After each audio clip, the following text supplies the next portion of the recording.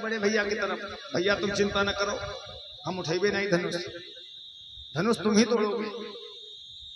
लक्ष्मण जी ने जनक जी से कहा, महाराज कि अभिमान त्याग करे कहता हूं, और आदेश तुम्हारा पाऊं जो, तो इस धनुहा की है क्या बिसात सारा ब्रह्मांड उठा।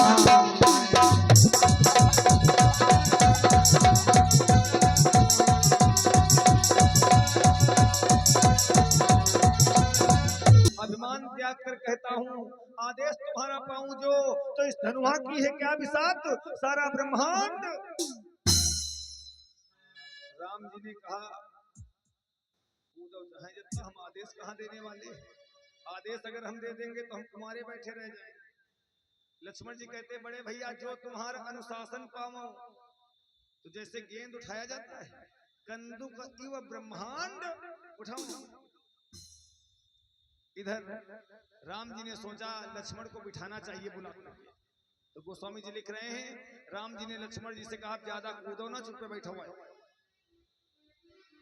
कि शयन ही रघुपति लखन निवारे, प्रेम समेत निकट बैठारे। विश्वामित्र समय शुभ जानी, बोले अति स्नेह में पानी। बेटा राम जी, गुरु जी उठिए, कि उठो राम बन जाऊ भव चापा, उठो राम बन जाऊ भव चापा, उठो राम बन जाऊ भव चापा, उठो राम बन जाऊ भव चापा। मेटहु तात जनक परितापा।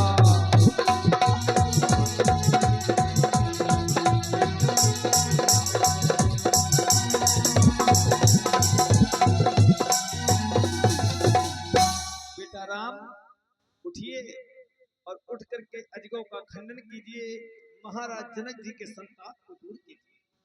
आज राम जी उठते हैं, महारानी सुनैना घबरा गई और अपनी सखियों से कहा, दासियों से, अरे बहन महाराज से कह दो, अब तक बदनामी हुई बहुत, अब ज्यादा हंसी करावे ना, योद्धा तो मत्थे रगड़ चुके, बच्चों से धनुष उठवावे ना।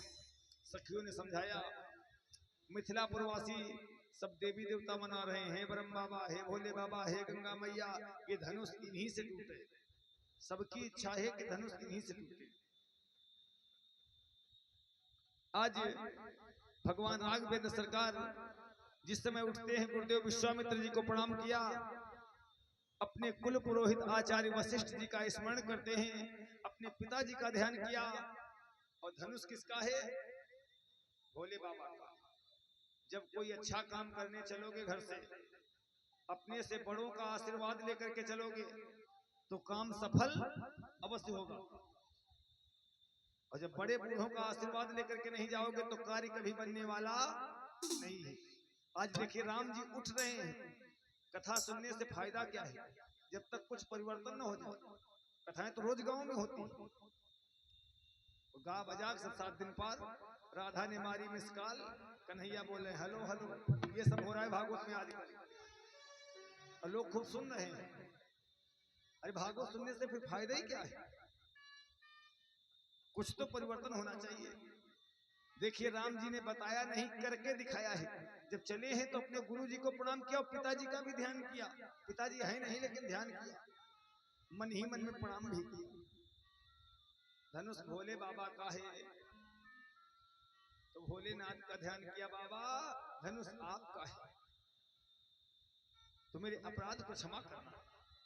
ये धनुष है किस वस्तु का बना, दधीच ऋषि की हड्डियों का बना हुआ धनुष है। आज दधीच ऋषि का उद्धार होना है तो भगवान राम ने दधीच ऋषि का स्मरण किया और स्मरण करने के पश्चात अजगों की परिक्रमा करने लगे। मिथिलावासी सब आंखें बंद किए खड़े हैं, ब्रह्म बाबा है, भोले बाबा जल्दी धनुष यही इसी लड़के से टूट जाए। सब नेत्र बंद किए खड़े हैं और इतने में हुआ क्या, भगवान राम ने किलेत चढ़ावत खींचत गाढ़े और काहू न लखा देख सब ठाढ़े। किसी ने देख तो नहीं पाया क्योंकि सब नेत्र बंद किए खड़े थे। और ते ही छन राम मध्य धान तोरा, ते ही छन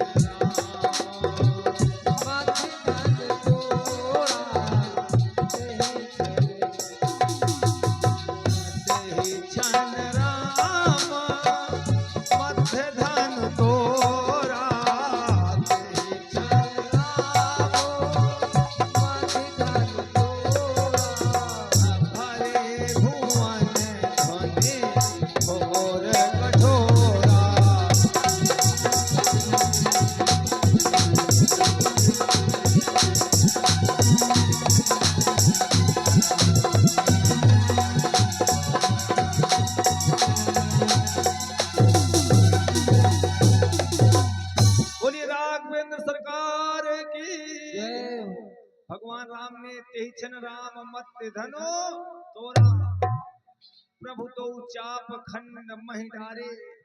और जैसे ही धमाके की आवाज हुई तो लोगों की आंखें खुल गई और देखी लोग सब भय सुखारे। देवता आकाश से पुष्प वर्षा कर रहे हैं, जय जयकार हो कर रहे हैं। आज निराशा में फिर से आशा की लहर दौड़ गई, जनकपुर में खुशी की लहर दौड़ जाती है। सुखदेव जी कहते महाराज जनक जी की प्रसन्नता का ठिकाना नहीं। जनक जी ने सीता जी की सखियों से कहा कि सीता जी को लेकर के आवे, और हमारे ऑपरेटर भैया की तरफ से भगवान के चरणों में दान आया हुआ है, राघवेंद्र सरकार कल्याण करे। आज जनक जी ने सीता जी की सखियों से कहा जानकी को लेकर के हमें और राम के गले में जयमाला पहनाई जाए। जिस वेदिका पे अजगो धनुष रखा हुआ था उसी वेदिका के ऊपर महाराज जनक जी ने एक सोने का सिंहासन डलवा दिया, जिस पर भगवान राघवेंद्र सरकार विराजमान होते हैं। सीता जी जयमाला लेकर के चली बड़ी जल्दी जल्दी में, और जैसे ही जल्दी जल्दी चली जयमाला लेकर के तो चंचला सखी पीछे से चूनर पकड़ती और कहती जानकी ऐसे नहीं, बड़े सरकार की हंसी हो जाएगी। फिर कैसे, अरे धीरे धीरे चलो सुकुमारी, सुकुमारी सिया प्यारी हो, धीरे धीरे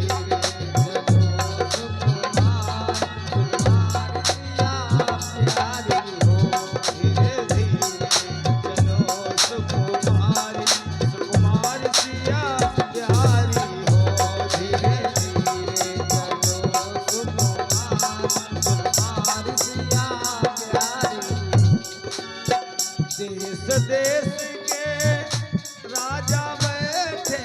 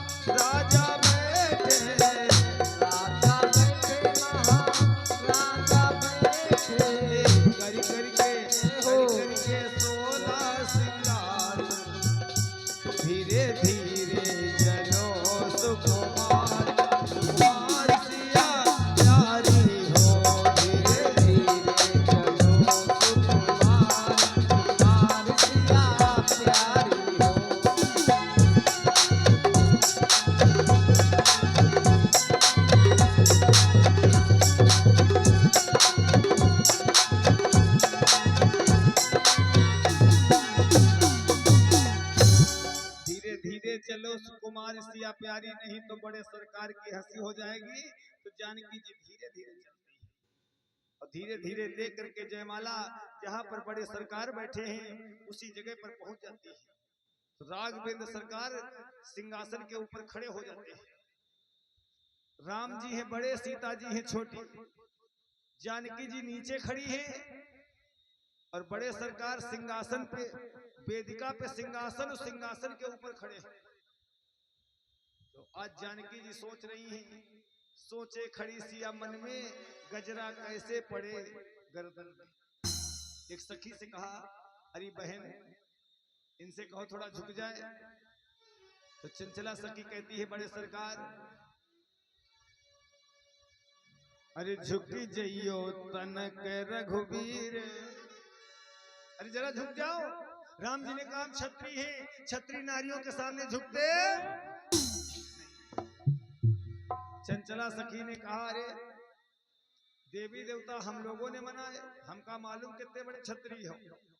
कल फूल तोड़ रहे थे बगिया में, तो पसीना बह रहा था, और देवी देवता हम लोगों ने मनाए, धनुष टूट गया तो रघुवंशी बन रहे हो, झुक जाओ। अरे झुक जइयो तनक रघुवीर, लली मेरी छोटी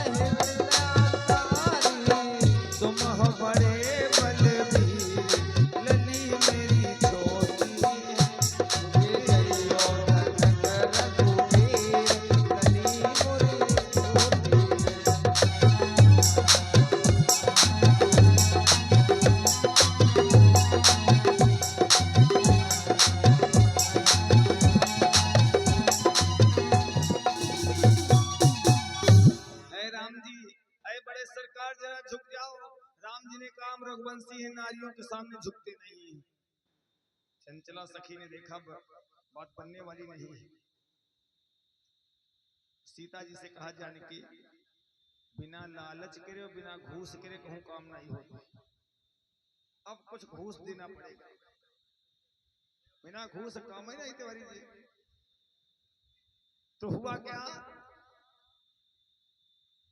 चंचला सखी ने सीता की तरफ इशारा किया, सीता जी बहना, ये जो तुम्हारा छोटका देवरवा है ना, ये अभी आकाश पाताल सब एक किए दे रहा था, जल को थल, थल को जल कर दूं, लाऊं उतार कर तारों को, अब कुछ ऐसा उपाय करो, देवर जी से कहिए।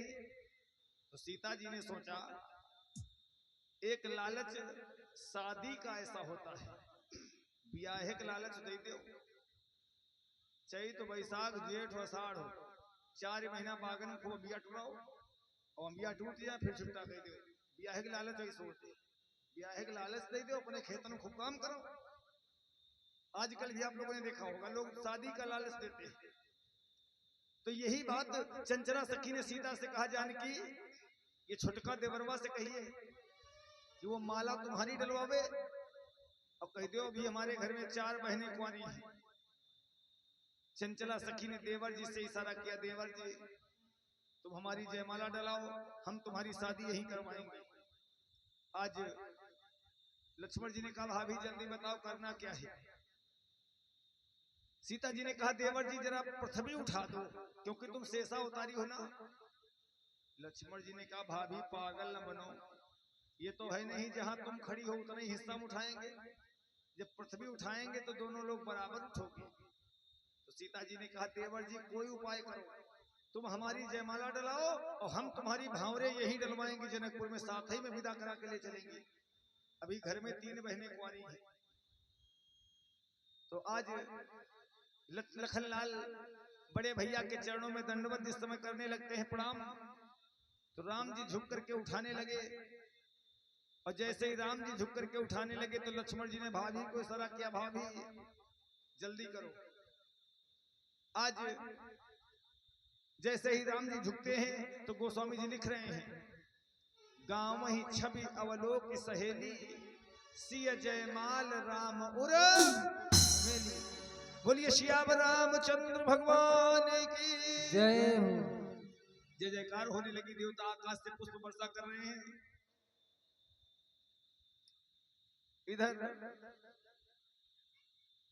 दुष्ट राजाओं में खलबली मची कि सीता को छीन लो, इन लड़कों को बांध दो।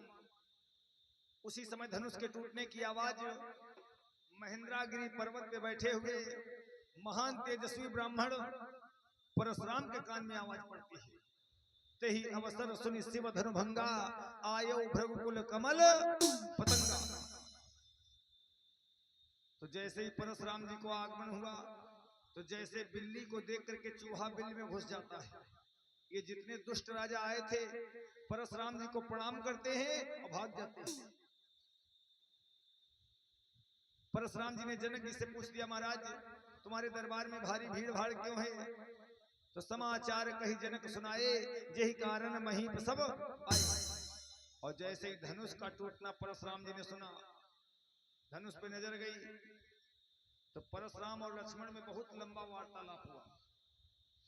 वजह बंद नहीं हुई रहा और भगवान कृष्ण का भी जन्मोत्सव भी मनाया जाएगा। दिन में पानी बरसे लगा तो कथा भैया उतना टाइम कम हो गया।